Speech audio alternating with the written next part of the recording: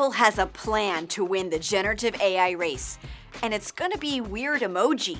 The early report is that Apple is using AI to put totally random AI-generated emoji into your chats. And people will love it. Because this is Apple, the company that brought you those animated memojis that you never use anymore, and the company that made personas so you can video chat as a character out of the Polar Express. Of course, there is so much more to Apple's future artificial intelligence plans than the ability to make an emoji that is whatever that is. In this video, I'm going to go over the rumors of the new AI tools that Apple is expected to show off at WWDC, its big developers conference on June 10th. But when you hear about these reported AI features coming this year, there's one more twist to this news that fascinates me, beyond food animals.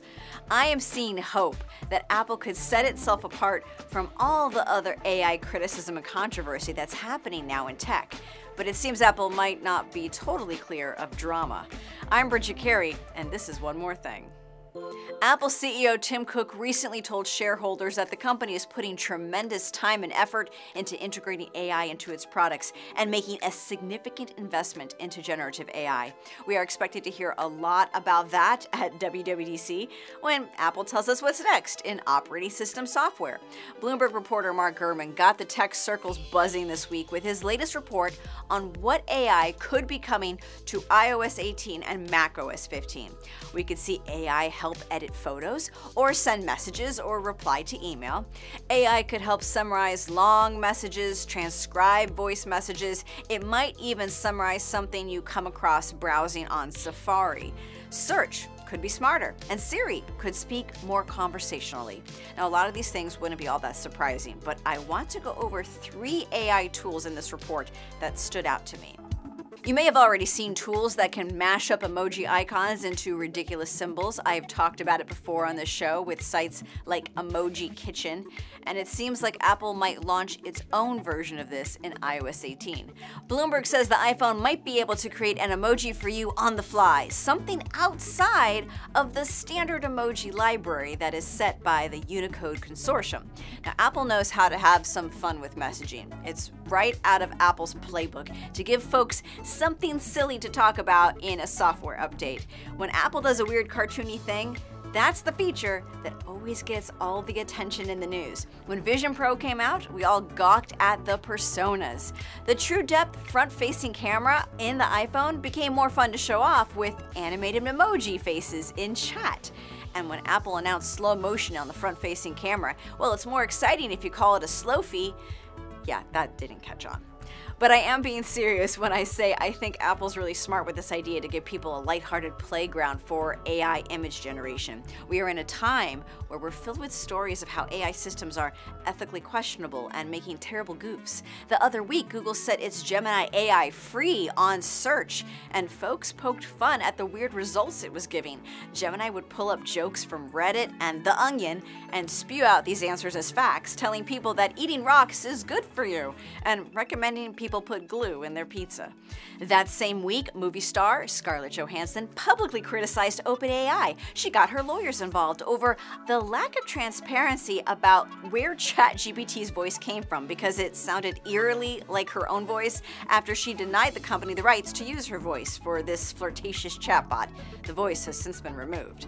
With emoji creation, Apple could focus on something more lighthearted to get customers interested in using AI to create something funny and dodge controversy. I mean, assuming people don't make something terrible with the emojis. Let's not go crazy with the eggplants, people. I'm sure everyone will be watching to see how the Siri personal assistant is going to get an upgrade in how it understands our commands. The Bloomberg report mentioned that a more advanced Siri would not only be coming to the iPhone, but also the Apple Watch for on-the-go tasks.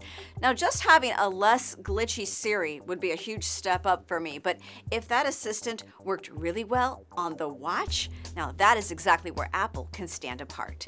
If Apple has a useful AI helper on a wearable, It would do what other companies have been trying and failing to do by making an AI companion that can go anywhere without needing the phone. About a month ago, we saw the launch of the AI Pin. It's a $700 AI computer that you can wear on a shirt, but it was blasted in early reviews for being a buggy device that couldn't fulfill its promises. Humane, the startup behind the AI Pin, is now reportedly trying to sell itself for as much as $1 billion. Last month also was the launch of another tiny AI handheld gadget called the Rabbit R1, and it also tried to be this AI assistant that you could take anywhere and answer your questions, but it didn't answer much, and it left tech reviewers disappointed.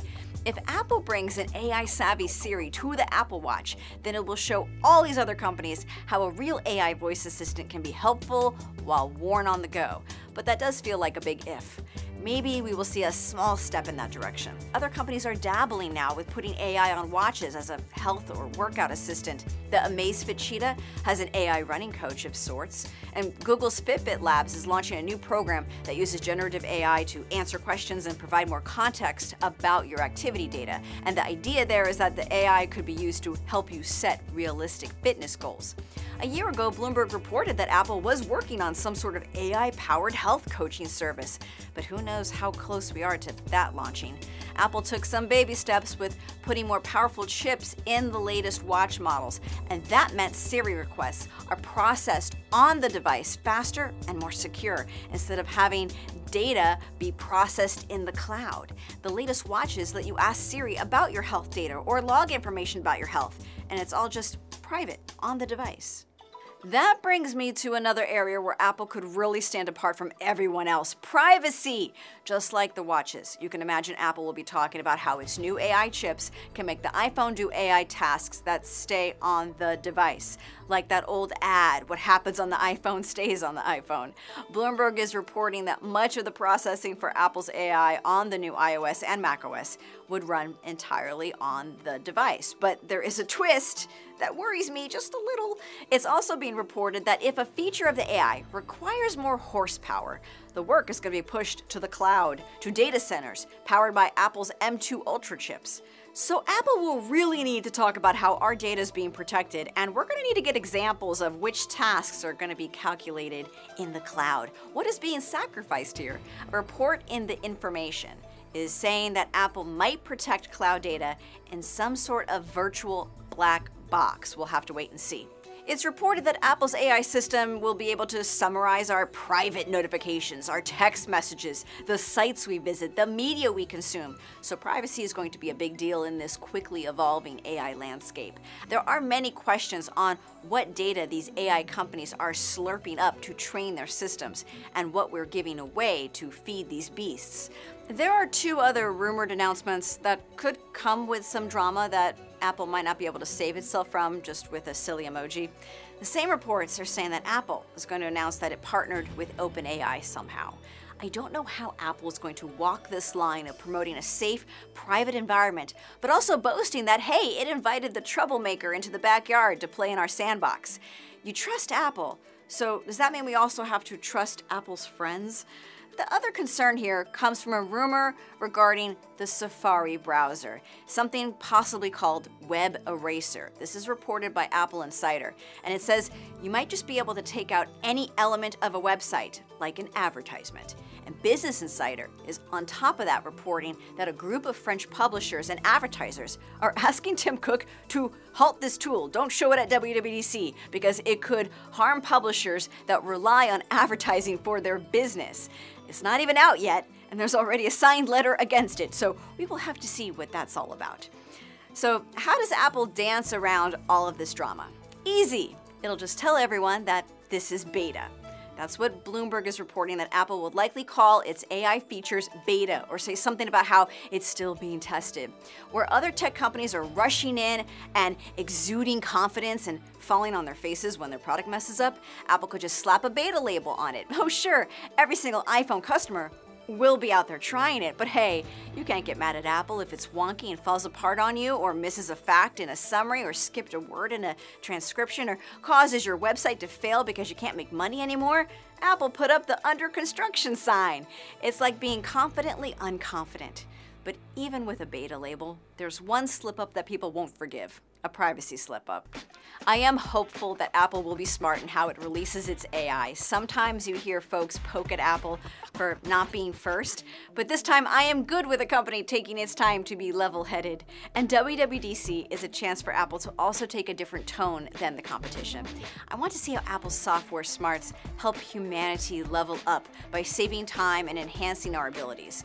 In a sea of giggling chatbots and search engines that try to read the web for you, AI has lately been giving me the impression that it thinks I'm kind of dumb. I must be too lazy to read an email, or decide how I should spend my money, or decide where I should go on vacation. And you know what? Maybe I will pick a voice assistant because it complements the way I look. You know what? Who am I kidding? We're all going to pick our favorite AI based on what silly emojis we can send. Let me know what AI features you're hoping for in the next Apple software. Thanks for watching, and I will catch you next Friday, the Friday before WWDC, where we will talk about one more thing in the world of Apple.